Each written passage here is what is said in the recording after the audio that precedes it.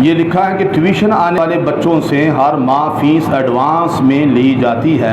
अगर कोई बच्चा 10 या 15 दिन अपनी मर्ज़ी से छुट्टियां करता है जबकि ट्यूशन से कोई छुट्टी नहीं दी गई, तो क्या वह फ़ीस जो एडवांस में ली गई है ट्यूशन पढ़ाने वाले के लिए जायज़ है या फिर 15 दिनों की फ़ीस वापस कर दें? अगर उस्ताद छुट्टी करता है और उस छुट्टी भी बिला वजह है, तो अगर कोई ज़रूरी काम है तो ज़ाहिर है कि जब एग्रीमेंट किया जाता है कि मैं आपको पढ़ाऊंगा, आपने पढ़ना है, उनके अंदर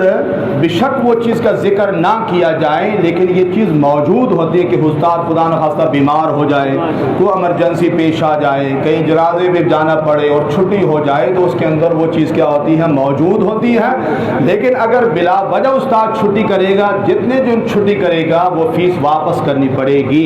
लेकिन अगर वो शागिर्द नहीं आ रहा, उस्ताद अपनी जगह पर बैठा हुआ है, तो फ़ीस चूँकि उस्ताद ने नहीं है, वो अपना वक्त दे रहा है, वो बैठा हुआ है, उसने तो बोलना है, एक के लिए भी बोलना है और हज़ारों के लिए भी बोलना है। देखिए ना, मैं बोल रहा हूँ तो मेरे सामने लाखों बैठे हो तब भी मैंने वही बोलना है, और अगर 10 बैठे हो तब भी मैंने वही बोलना। तो उस्ताद अपनी ड्यूटी पूरी कर रहा है, अब वो 15 दिन की फ़ीस वापस,